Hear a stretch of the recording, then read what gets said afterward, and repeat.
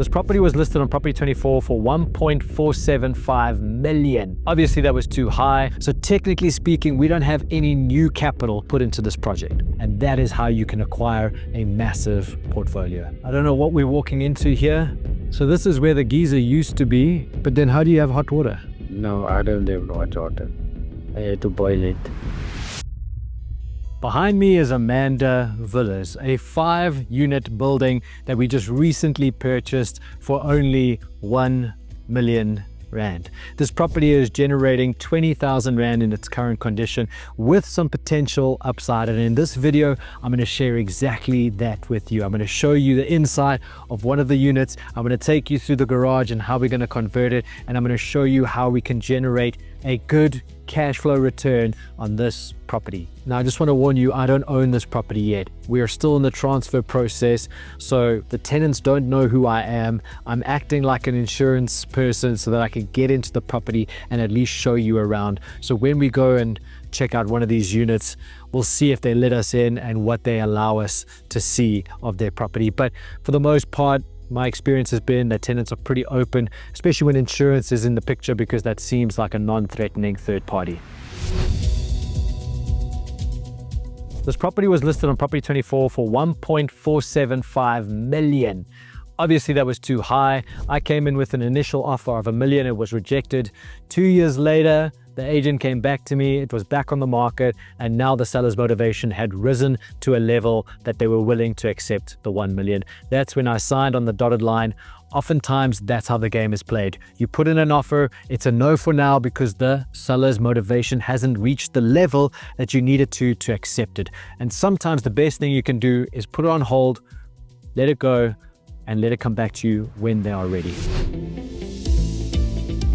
So now the property is in prime condition for us to take advantage, and we've bought this using the refinance of one of our other buildings. So technically speaking, we don't have any new capital put into this project. I bought Bet and Keep, which is a 9-unit building with 2 of my partners. We bought that property cash, and now that we're refinancing that property, all of the funds that we've taken from that building are now being put into this one. That is my favorite part of this business. You buy something, you then refinance it, you pull out that equity, and you recycle your money, and that is how you can acquire a massive portfolio. So without further ado, let's go knock on some doors and see if we can get inside. Can we walk in through here, Ashton? Yeah. Okay, here we've got the lounge. So it's quite a spacious lounge and it looks like it's in good condition. I don't see any issues. Are there any issues here? I see a little bit of when it rains, does water come through anyway? No, it doesn't come through. But even now, when you are doing some dishes on the bathroom, outside you can see water coming up, like on Forteberry. And then are you guys using this as a room here? Yeah.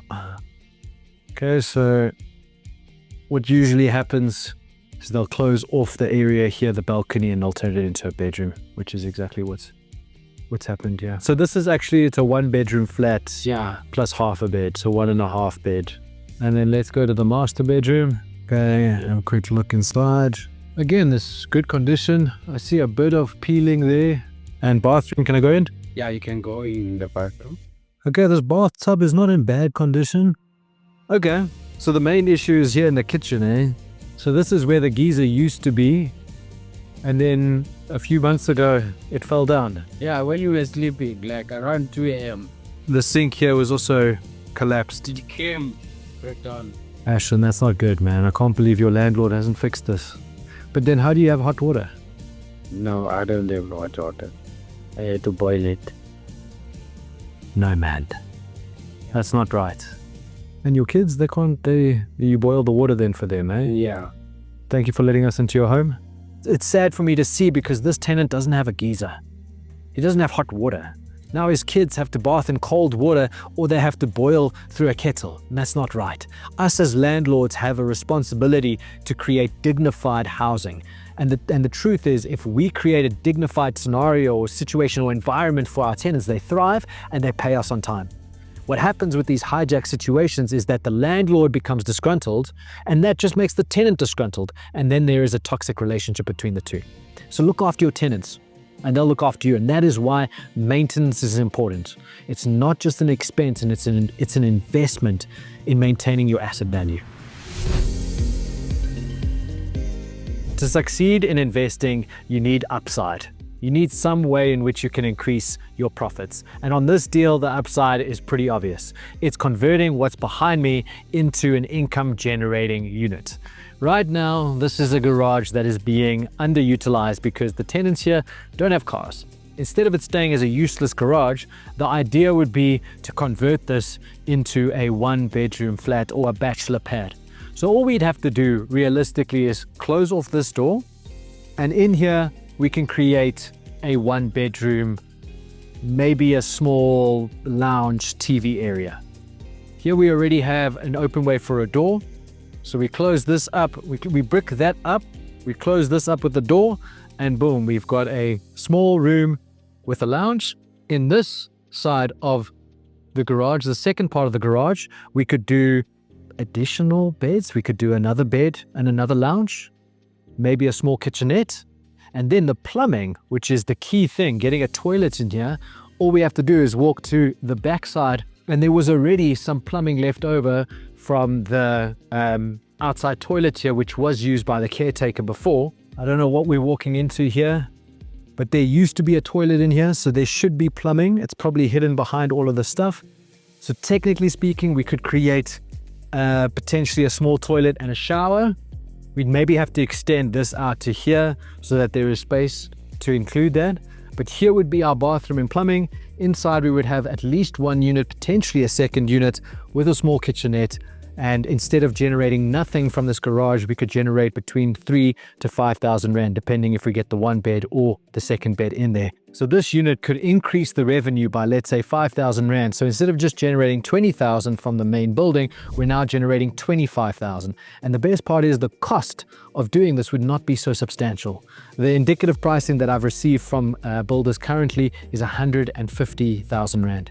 So if you're getting 5,000 Rand in revenue, times that by 12, that's 60,000 Rand for a cost of 150,000 Rand. That works out as a 40% return on investment, which is a massive cha-ching. This has been a really exciting case study, and I hope that you've learned as much as I have and are excited about getting your first or next property investment.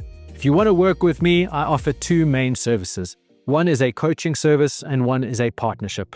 Coaching is where I teach you step by step on a one-to-one basis how to buy your next property investment. I show you how to analyze areas, analyze deals, do due diligence, sign offer to purchases with suspensive conditions, raise finance with commercial banks, as well as how to manage the assets so you get the return that you expect. On the partnership side, this is where I'm able to find money, find deals, and do the management of the asset. I obviously take a percentage of the deal as part of my effort, and you are required to put cash down. The minimum buy-in at this stage is 500,000. It depends on where I am in the intake cycle, whether it's more or less, but you do need to bring a portion of cash. And in return, you'll get shareholding in our company, and you'll get dividends on a quarterly basis based on performance.